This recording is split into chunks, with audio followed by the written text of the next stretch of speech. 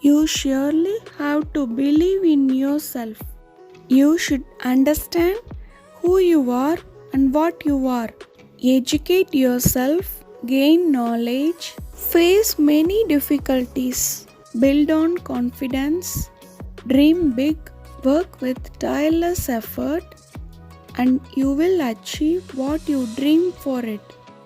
Hello friends, this is Monica and welcome to my channel. We know many great personalities in and around the world. Let me tell you about one of the great personality from our nation. As I said in the beginning, a great personality who believed in himself, understood who is he, educated himself, gained knowledge, faced many difficulties, built on confidence, dreamt big, worked with tireless effort, and finally he achieved what he dreamt for it. So we are here to know about Dr. A.P.J. Abdul Kalam in this video. Our Pakir Jainulabdin Abdul Kalam is commonly called as Dr. A.P.J. Abdul Kalam by his beloved people. He was the 11th President of India and an aerospace scientist. He served 5 years as a President of India from 2002 to 2007. He is also known as the Missile Man of India. He had a great role in developing India's nuclear and missile programs. A.P.J. Abdul Kalam was born on 15th October 1931 at Rameshwaram in Tamil Nadu. He was born in a Tamil Islam family. Abdul Kalam was the youngest of the 5 siblings. Kalam always helped his family financially from an early age. He was very interested in the study from his childhood, mainly in mathematics. From school days, Kalam was described as one of the bright and hardworking students. Abdul's father's name was Jainulabdin, who was the owner of a boat in a local mosque, and he was called as the Maraikayar. His mother's name was Ashiamma, who was a homemaker. Abdul had 4 more siblings, and they are Muhammad Muttu Meera Lebbai Maraikayar, Mustafa Kalam, Qasim Muhammad, and a sister named Azim Zora. His ancestors had a lot of wealth and a lot of properties. His family was used to be mainly a common trader between the mainland of Sri Lanka to other islands such as Pamban Island, so the title Mara Kalam Yekivar Marakiyar was given to his family. But the time near 1920, his family business was failed and they lost most of the wealth. By the time Abdul Kalam was born, their family was in a bad state. Due to the poor economical state, Kalam needed to support his family financially at a very young age, and he worked to get some extra income to help his family. He was grown up among many religions, but he was brought up in a Islam tradition. After his school completion, he planned to help his father financially. He started as a paper boy who distributes paper. Kalam was very serious and hardworking in his study life. He had learning desire in him as described by his school teachers.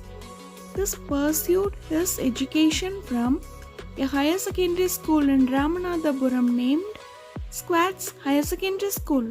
Though he was an average student, in his young age, he was very interested in the study from his childhood, mainly in mathematics, and spends more time for mathematics. In 1955, he became a physics graduate from St. Joseph College in Tiruchirappalli.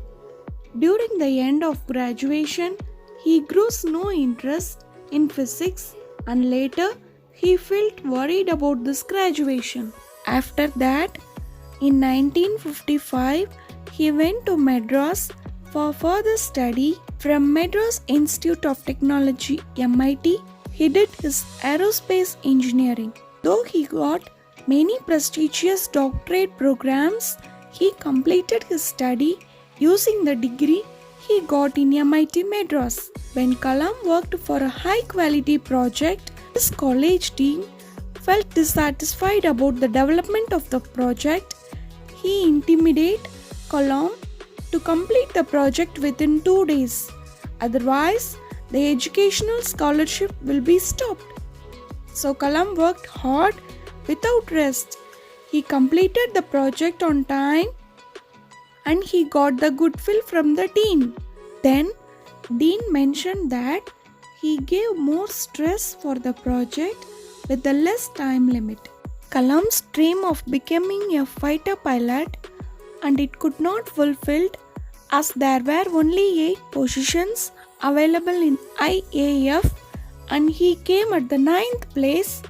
After graduation, he became a member of the Defense Research and Development Service and joined the Aeronautical Development Establishment as a scientist. Kalam did a lot for our country, whether as a president or a scientist. As a scientist, when he was a part of INCOSPAR committee, he has worked under the space scientist named Vikram Sarabhai. In 1969, Kalam was transferred to ISRO, Indian Space Research Organization. The project satellite launch vehicle SLV-3, which was the country's one of the important project, was led by Dr. A.P.J. Abdul Kalam. He was the head of the project. Rohini satellite was launched by SLV-3 successfully near the Earth orbit under Kalam's leadership in July 1980. Project Valiant and Project Devil in 1970 were not successful, but Project Devil played a huge role in the foundation of Prithvi missile. In 1980, he became the lead in the Integrated Guided Missile Development Program IGMDP, for which he had to become the chief of DRDO in 1983. Prithvi and Agni were developed by him under this mission. He achieved one of the biggest successes in his life in May 1998. In Pokhran 2 nuclear test by India, he played an important role and led the team. He became a national hero after the success of the test and his popularity increased. Abdul Kalam was the 11th President of India who served after K.R. Narayanan. During the Indian presidential election in 2002, 15th July, Lakshmi Shogal got 1,07,366 votes and Kalam got 9,22,884 by succeeding Saigal in the election. NDA, National Democratic Alliance, chose Kalam as the presidential nominee of India in 2002 and later on he became the president. He served 5 years as the president from 25th July 2002 to 25th July 2007.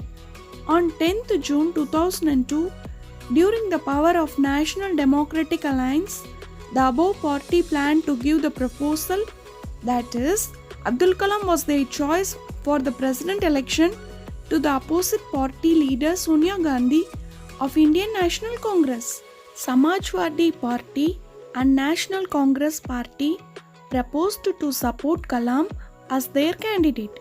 Samajwadi Party, after giving their support to Kalam, K.R. Narayanan, who was the president at that time, he doesn't want to stand for the presidential election for the second time.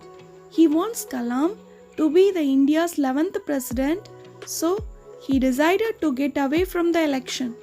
In 18th June 2002, Abdul Kalam, along with Vajpayee, Sonia Gandhi and the other elderly co-ministers, filed nomination for the election in the Parliament of India.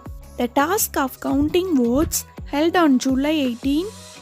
Kalam succeeded in the election without much competition but with great support. Kalam became the India's 11th president. After promoted as the president, he moved to the Rashtrapati Bhavan. He was the third president whom awarded with the Bharat Ratna before promotion as the president. Dr. Sarvapalli Radhakrishnan and Dr. Zakir Hussain was the other two presidents whom awarded with Bharat Ratna before the promotion as the president. Kalam was the one who occupied the Rashtrapati Bhavan as the first scientist and an unmarried person. Kalam was lovably called as the People's President during his presidential time. He served 5 years as the president till 25th July 2007. He became the 11th president of India. During his time of president, he had a different work style and a very good connection with the people, especially youth. That's why he was called as the People's President. According to Kalam himself, signing the office of Profit Bill was the most difficult job in his tenure. He had to face many criticisms for some decisions he made. He came into controversy when he recommended the president's rule in Bihar. Another time, he faced criticism when he did not take any action on mercy petitions.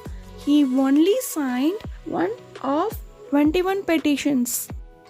Yes, dear friends, the mission doesn't end here. It is going to be continued as part 2 in the next video. We shall know even more about the second part of the mission in the second part of the video.